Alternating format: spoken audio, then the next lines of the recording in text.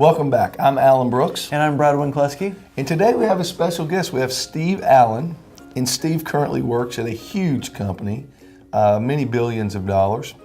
And he's got 20 years of experience in the managed service industry. And we just thought that the stuff he was going to bring would be invaluable, the information he could bring to us. So today Steve's going to tell us about what's all the buzz about managed services. Why would a company buy managed services, Steve? Okay, well, main reason a company will buy managed services is they want to stay focused on their core business. They don't want to be diverted or have their people diverted away from doing things that really are specific to driving the revenue and the value for their core business cycle. Specifically in IT, you'd want to go to a company that has the ability through what's called remote monitoring and management that is delivered out of a network operations center to provide managed services. The value of managed services to a business owner is that individual is now going to get a predictable service level for their IT group, as well as a predictable cost of delivering that service level in the day-to-day function of their business that they can depend on. The next value that comes into play is if a business owner wants to look at adopting some new technology.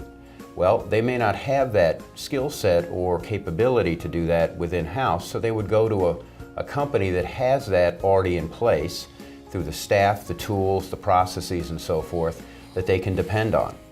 Another value that comes into play with it is many times there'll be issues that arise which require a lot more labor to fix for whatever reason than a business owner may happen to have in place. Well, there's really a couple options to that business owner. They can A, staff up to try to handle the worst case scenario, which becomes rather costly, or B, work with somebody who has a shared labor pool, which is what a classic network operations center and remote monitoring and management service has, that when you have a need to draw more resources because of a problem or a spike in your requirements, that can be done. And it's all done within that fixed cost that was initially agreed to and is being delivered upon.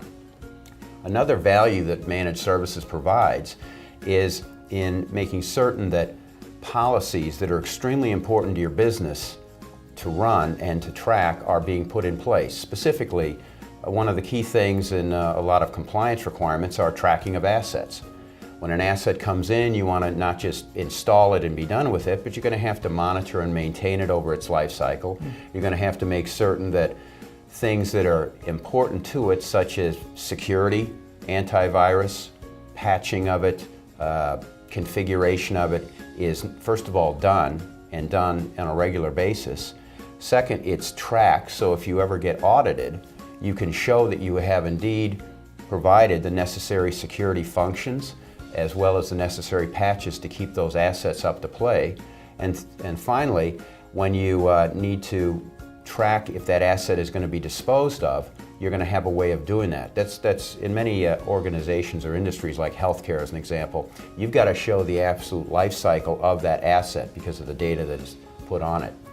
Another area that comes into play for managed services as far as the value to an end user client is going to be in the area of risk mitigation. That's a term that sounds kind of big, but it really comes down to if I've got specific applications that require knowledge of who has access to them, number one, and then the second is the devices that those applications are running on, and I need to have access and knowledge as to who does configuration changes to those, which can either provide access to others to get to the application or not. I've got to have a way of tracking that. That's an audit trail on who has the change management authority to tell somebody or to do a configuration change on an asset which opens it up to others to look at it or shuts it down. So there's another value that is provided by a managed services company.